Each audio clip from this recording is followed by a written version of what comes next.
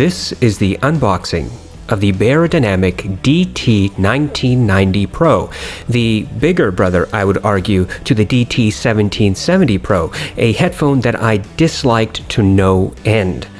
The 1990 is very similar to the 1770. It's got the same type of driver, and the only real difference is, well, one is open back, more or less, and the other is closed. Let's get to the unboxing. So, Beyerdyanmic says that the 1990 is, quote, your reference sound everywhere. They also say it has uncompromising benchmark-setting audio for sophisticated listening and mixing and mastering. Well, that's exactly what this thing is geared for. People who are mixers and masters and just like to be hypercritical with their music do in fact look to the 1990 Pro as a particular option.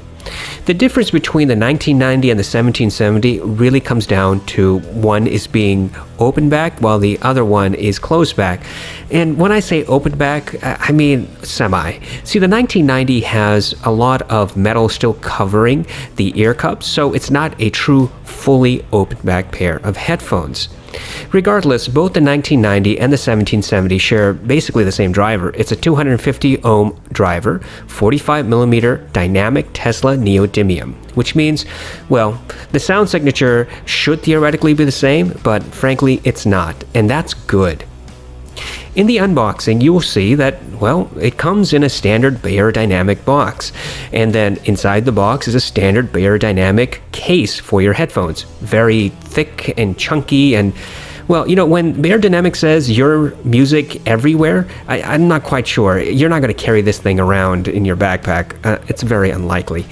These things don't fold up. They don't have any mechanism to make the ear cup smaller or the headband collapse or anything like that.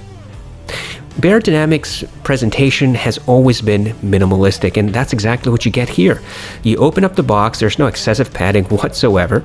In the upper portion of the box, there is a little pouch that is attached to the box itself.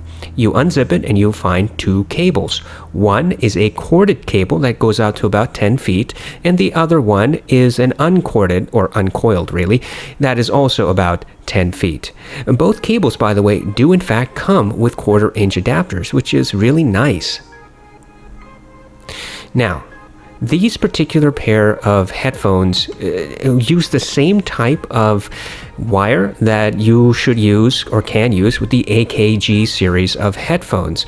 And that's really cool. If you have an AK headphone, then you can probably just plug in those cords if you like them.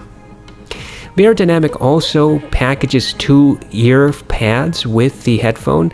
One is supposed to be a little bit more perforated on the backside and supposed to provide more analytical sound, where the other one is supposed to provide a slightly more neutral sound. Look, frankly, I have played with this back and forth and I barely notice any difference, and half the time I think it's just my imagination. Moreover, it's the same darn type of ear pads, meaning you're going to be flustered trying to put the ear pads on and off. Now, it's not particularly hard if you just get the hang of it after a while, but frankly, it's not all that easy either. They should have just done the normal thing, which is, you know, wrap the ear pad around the ear cup instead of sliding it into a small groove like you're doing the Death Star trench run. Anyway, these headphones are really well built, except for the fact that my headphones had a dead right driver, which I had to get repaired at about $80, but that is life. Now, the headphone is just like any other Beyerdyanmic headphone. It's built like a tank except for that driver, and in fact, it is big and sturdy and metal and chunky, and frankly, this is a behemoth. It doesn't sit particularly heavily on your head, but you do know it's there. The clamping force isn't excessive, but you do know it is clamping, and frankly, that's okay. Now, overall, the sound quality of this thing is, well, pretty Beyerdyanmic, and yet still different enough from the 1770 Pro for me to say get this over the 1770 Pro. But then again, you can get anything over the 1770 Pro, and I would actually encourage that.